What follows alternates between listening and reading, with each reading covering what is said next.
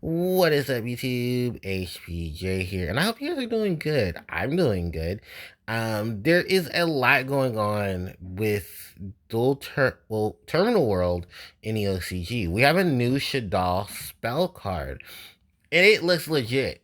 It looks like a legit, really cool Shaddoll card that I think we're all going to enjoy using, especially pure Shaddoll, and even more so this is a card that Shaddoll Dogmatica could technically take advantage of because it's got a lot of pieces for Shaddoll Dogmatica in it that I would honestly 100% say definitely would be a good starting point for a deck like that. So this is Lev Shaddoll Fusion. It is a continuous spell card, and it reads, you only use the first and second effect of this card's name once per turn each. You can access summon monsters from your extra deck the turn you activate either of these effects, except Shaddoll monsters. When this card resolves, you can send one fusion monster from your extra deck to the graveyard. You can tribute one monster one fusion monster to start summon one Shaddoll fusion monster from your extra deck with a different attribute. This is treated as fusion summon, and if you do, change its attack to 0.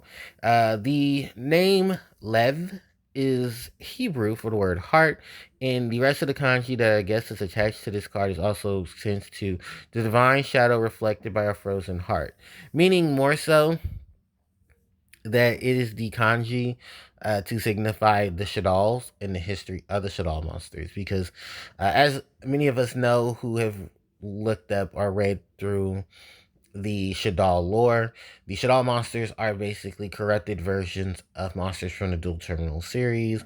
Through the Dual Terminal history, it is told that these monsters have been corrupted by the Shaddoll core. A fragment of what was the Illsworn virus has now turned itself into a living sentient creature that has now been able to control other creatures in terms of what it has. Like, it's a big story with the Shaddoll core, but there's also like some of the Shaddoll monsters have become sentient. Some of the Shaddoll monsters were saved by the Zephyr core. Then the Zephyr core got infected, and then there was a battle to protect the Zephyr core.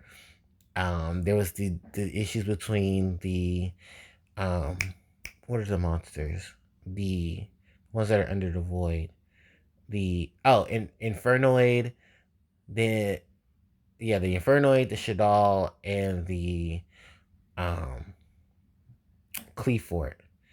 And then there was the additional monsters attached to it, like the Ritual Bees, the Zodiac, not the Zodiac, the Zodiac remain monster, main series monster. Sorry, um, it was the because the water attribute was still up in the air. Because here's the thing about dual terminal and the hidden arsenal stuff as well. So dual terminal is what leads into the hidden arsenal. The hidden arsenal was basically the TCG's version of the hidden arsenal, bringing the cards from the OCG's dual terminal into the TCG to make them legal and set. The only thing was that they took a while for them to be printed because they were trying to make sure that they had the good chunk of everything that was needed to be printed. While yes, some cards did not appear in the same dual terminal lineup that the hidden arsenal reflected, because half of it was because some of them were cut up into two pieces. The majority of things that are told about the hidden arsenal series in the lineup of hidden arsenal is that every for every dual terminal, there was at least 1 to 2 hidden arsenals. They were always breaking up that dual terminal or consistently telling the story of that dual terminal. The last hidden arsenal we got here in the TCG was during the Illsworn virus and effect that was going on in dual terminal. That was Hidden Arsenal 7, I believe, and that was 2013. So here we are telling stories about Hidden Arsenal decades later. Why? Because the Hidden Arsenal stories were actually really good, and the Terminal World series is basically just continuing on things from those Hidden Arsenals. That's why X Saber are getting new support. Shaddoll, Cleafort, and Infernoid, I believe, were all attached to the Hidden Arsenal as well, such as the Gustos, the Ritual Bees, the Necros, and a couple of other monsters as well. There's also the reason why Dragunities had gotten new support because they were part of Dual Terminal as well. They were Dual Terminal 3 and Dual Terminal 4. Hidden Arsenal 3, Hidden Arsenal 4, and I believe that was Dual Terminal 4 and 5 that was being represented there. And the longevity of things is basically everyone was attached to Hidden Arsenal. And because of this whole situation, it was definitely things that had to either be changed, be alterated, or basically be told so that it keeps up the TCG with the OCG. Which, to be very fair, I feel like Hidden Arsenal already did enough that it could, but it was just a circumventing that people didn't want to waste more money biting Hidden Arsenal. And dual terminal wasn't too bad, but the lack of dual terminals around the US made it really irritating to find a lot of dual terminal cards. Just a record and high note, I did have a lot of dual terminal cards. Actually, I still have some dual terminal cards. Because back in 2013, a friend of mine and I went to a dual terminal in like a city not too far from here, and we cashed out 40 to 50 bucks a piece on dual terminal cards. Got a lot of pretty good shit. Traded off a lot of pretty good shit. I still have a good portion of what I had, mainly because it was Evil Swarm. Funny enough, Evil Swarm and Constellar were a lot of the bigger hits because they had a lot of the really good support cards coming out. The Hidden Arsenal was great because four things happened. The Hidden Arsenal for that year was the last of the Hidden Arsenals. The dual terminal that came out corresponding to it had majority of the cards that were already going to be released that year, but they were still worth more than what the Hidden Arsenal offered.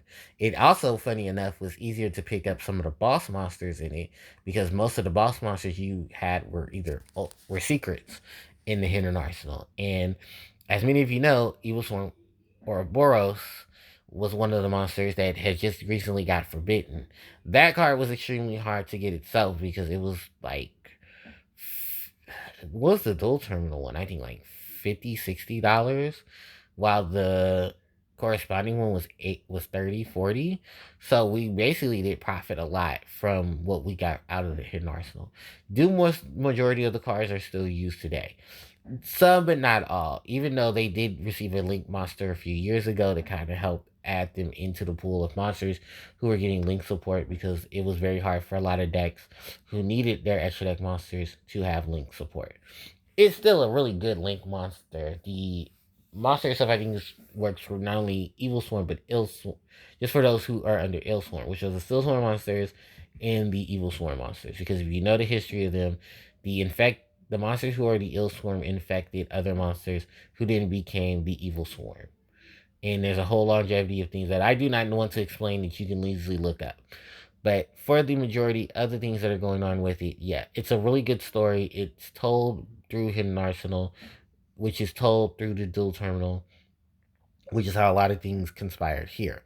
Just like how, if you look at Acapulone, who is in the artwork of Lev Shaddoll Fusion, she is the one using the mirror, the Gishki mirror, to construct her some type of metamorphosis or some type of effect that is going on. Probably the effect of the Lev Shaddoll fusion. So maybe she's trying to help force a fusion summon or a summon of another Shaddoll monster by getting rid of another monster in play. If you do that summon, which, hey, works out for everybody. Well, like I said, this card's effects are really good. I just wanted to break out into a whole dual terminals montage because I really do love dual terminal. I love the history behind dual terminal. I just wish they didn't in Hidden Arsenal the way they did, but I kind of get why they did. But still, also, you just lost out on profit. And I'm sorry, I would have still kicked in some profit for that. But it was still an amazing series. And if you do have dual terminal cards, they're probably worth the bunch too, because there's no more dual terminal here in the US. If there is, it's probably just a handful of things circulating. Because the only thing I do still want from dual terminal, I'm not gonna lie, or Harpie Lady 1 who was in dual terminal, and the Evil Sworn quick play spell. In what I think was in um the Evil Swarm Pandemic or Pandemic. Um, I forget what the full name of the card was, but it's really, really nice looking. Like the dual terminal cards are gorgeous. It's just sad we never got to see dual terminal variations with the Shaddoll monsters. Because they were technically going to be dual terminal, I think 8 or 9. Um, if they were to continue the dual terminal, it would just mean that they would be more expensive if that was ever the case. But yeah, that's pretty much it that I wanted to say about um, Lev Shaddoll Fusion. I think it's a really good card. I think variations of Shaddoll are going to definitely play it. There's going to be a lot of combos with it. Whether you're going to be comboing into Winda, you can combo into Construct to help you go into plays. There's just a lot you can easily do with a card like this, and I definitely think it's going to be an amazing support card. It really is. So let me know what you guys think in the comment section about Lev Shaddoll Fusion.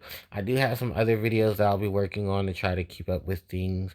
Thank you guys so much for watching. I do appreciate it. Don't forget to like, comment, share, and subscribe to the channel, as it helps out tremendously. You can hit the notification bell to be informed of when I upload more content. Socials are in the description box below. And thank you guys so much for watching. HPJ signing out. Take care. Bye-bye.